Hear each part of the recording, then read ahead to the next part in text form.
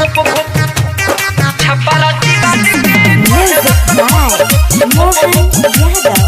सुन रहे हैं राजा रंजित राही। ओइनी बेकारो बाबू नाचे तारा गावे, जवाना के देखो उहे राइफल देखावे। ए बाबू ओइनी बेकारो बाबू नाचे तारा गावे, जवाना के देखो उहे राइफल देखावे। देखो जवाना के कहे खाली ठोक ठोक ठोक ठोक ठोक ठोक।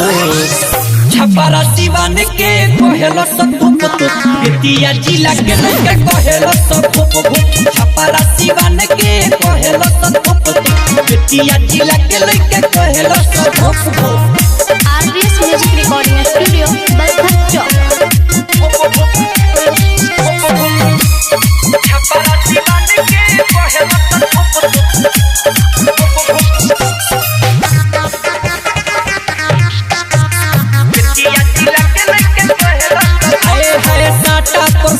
होला होला ना घाटा, कौनो खींचेला धके दुपाटा।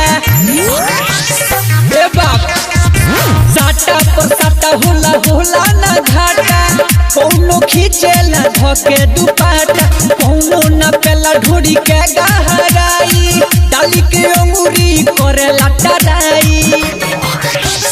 देखी के फिगर बड़ सन पागलाई, माल कहेलो सो हमारा के चोख चोख चोख चोख चोख चोख।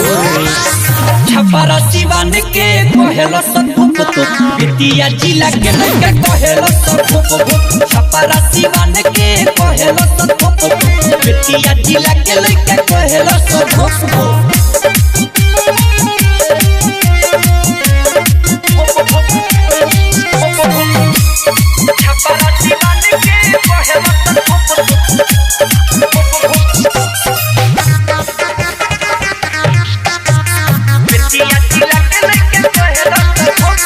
चाटल चाहे सभे उठ के लालाई, चिकन सामान देखी रंजित राही।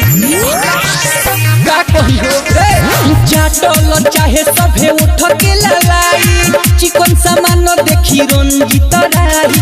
राइटर बोलू हमर धरे कलाई, सचिन सुजीत मचावे तबाही। लेवेला हमारा ढोढ़ी के सेल्फी, सभे कहे स्टेजवे पर रो करो रो करो रो करो।